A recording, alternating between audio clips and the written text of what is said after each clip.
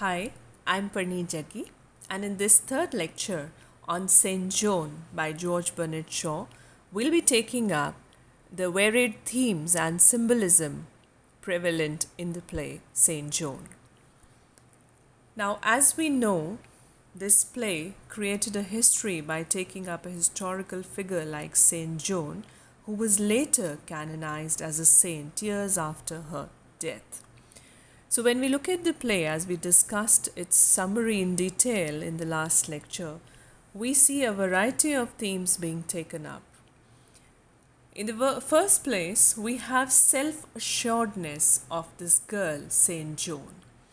Joan's self assuredness and her devout faith in God's plan is one powerful thing which catches the attention of the reader and the audience throughout the play. This girl Joan is repeatedly cautioned that she may be guilty of the sin of pride, and it is shocking for a young woman from a humble background to show so much confidence and to see herself as being a God's messenger. While she does not seem to think she is better than anyone else, she also does not question that she has the right to serve in God's plan. But in a time when both gender and class norms would have suggested that she considered herself far below the powerful men she interacted with, Joan is not at all afraid to stand up for herself and ask to be taken seriously. She even sees herself as capable of giving advice to the dauphin. So, what other characters misinterpret as pride is actually Joan's self assuredness and her devout faith in God's plan. Next, we have power as playing a very, very important role in the whole play, because the whole play presents the struggle for power in the fight between the French and the English forces. Power also plays out in some other ways. For example, we have Warwick and Cochin spar over the powers of the church and feudal lords. These men are fearful of Joan because she has the potential to disrupt their hold on power. But they strive for power in different ways. So, as a whole, we see that the play depicts power as a force that motivates people to do whatever is required.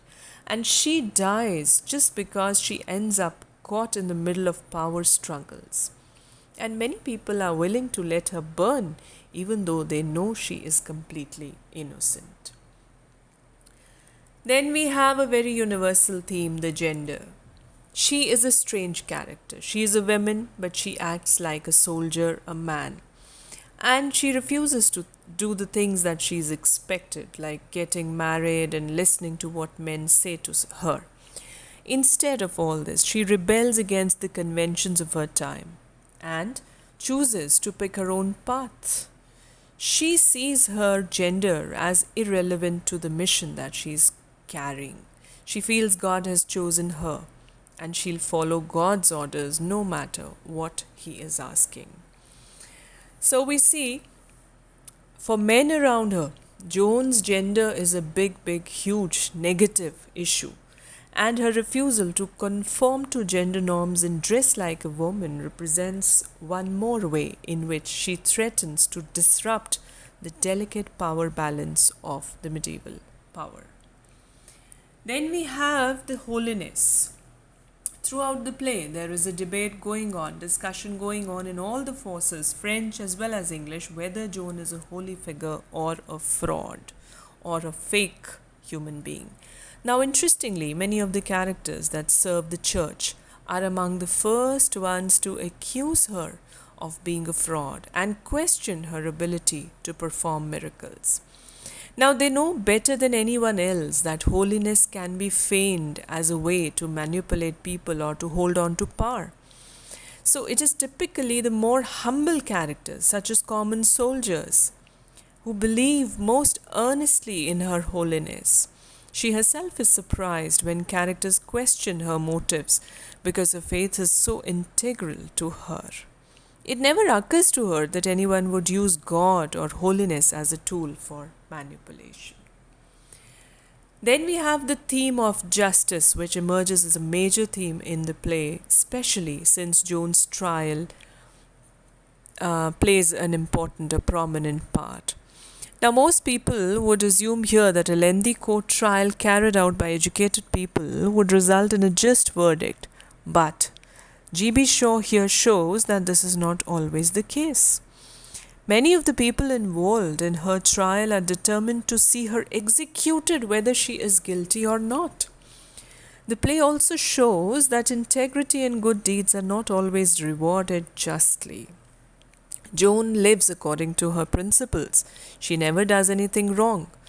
But in a just world where she would be celebrated and respected, we find that the world is not just. It is flawed. In a flawed world of scheming and manipulation, she suffers a terrible death which she doesn't deserve. Then we have a very, very strong spirit of nationalism. Shaw has here explicitly introduced this theme of nationalism. And many historians here even agree and argue that the Hundred-Year Wars was important in defining both the French and the English identities. Here we have a character, Warwick, who specially criticizes Joan for the way in which she encourages soldiers to think of themselves as primarily loyal to their ruler and country rather than to their local feudal lords. So he fears that the consequences of this centralized political power will affect the power of himself and other aristocrats. And we see that Joan as a character is less interested in whom people are loyal to because she values loyalty to God above anything else. So for her, we see nationalism is connected with the language spoken in a region, and she uses this characteristic to define which territories should be controlled by a given ruler. Then we have integrity throughout the play. The integrity of Joan and other characters is challenged and tested. Now, we may assume, even the characters assume, that Joan must have other motives, or she may be seeking to somehow expand her own power and influence. Disbelief about Joan's integrity seems to stem from the fact that most other characters in the play have very little integrity. They are chiefly motivated by the desire to secure power and influence, and they'll do whatever is necessary to hang on to that power. In fact, even Joan's integrity wavers due to the fear of death, where we see towards the end scene where the trial is taking place and she signs and later tears that document. So confronted with the prospect of being executed, she signs a confession, which actually she does not believe in. But she retracts the confession and goes to her death, determined to live and die according to her own principles. So these were the chief themes that G.B.Shaw dealt with in this play. Now, when we look at the symbolism taken in the play, we have a number of symbols, motifs, and allegory playing in the play. For example, we have in the very first scene of the play, we have the hens laying eggs. Now, the hens are not laying eggs when we see Robert Baudricourt is frustrated that the chickens have actually ceased to lay eggs. And so after he agrees to provide Joan with the necessary equipment like horse she wants, so the chickens begin laying eggs.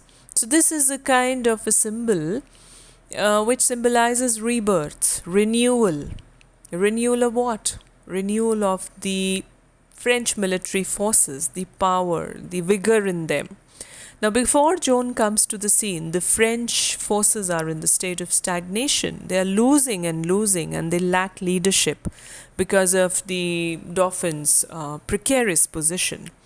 So this lack of eggs kind of symbolizes potential hunger, scarcity, which threatens the French, as we see that the English have overrun the country.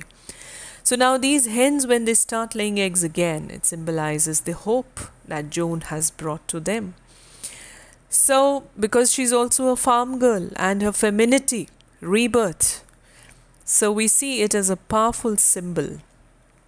Then we have the cross made of sticks. Now, this symbol comes towards the end of the play. Bluebird, this character has a carefully styled beard, which he dyes actually, which he colors. And his beard actually in this play symbolizes how the aristocrats at the French court care a good deal about their appearances, about their looks. So, the world of the court, when Joan appears there, is a world where she's mocked. She has short hair. It is hard for these people, even for the dauphin, to gain respect because he's shabbily dressed. So the French nobles think about their superficial qualities, their appearances, and the way they impress others. So this is symbolic of that superficiality of the French society.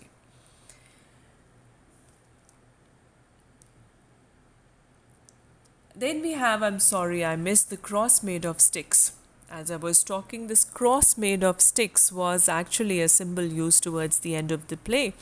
As Joan is being burnt alive, an English soldier makes a simple cross out of these sticks and he hands it to her. Now, this cross actually symbolizes compassion, humanity, universal humanity. Although we see the English have considered Joan as an enemy and she has fought to drive them out of the country, but still, the English soldier still wants to offer her a small amount of comfort in her final moments of death.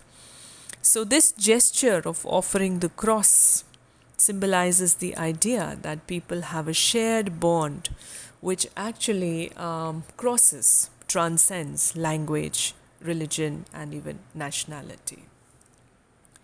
Then we come to Joan's armor. Now, this is the first thing we are introduced to in the play because this is the first thing she is asking for when we are introduced to Joan as a girl. And she continues to wear this armor traditionally, which is a male attire, throughout the play. Now, what does this armor symbolize? It symbolizes both her bravery and her vulnerability. It is a kind of a reminder that she's all the time actively engaging in battle. She's risking her life, her death on the battlefield, and it also symbolizes her bravery. She is risking not just her body, her physicality, but also her reputation. She does something shocking. She is just following God's plan. So here, armor further symbolizes that she is not just any other man or soldier who is wearing the armor to protect himself in battle, but she is also wearing the armor as a girl. She is also protecting herself as a girl.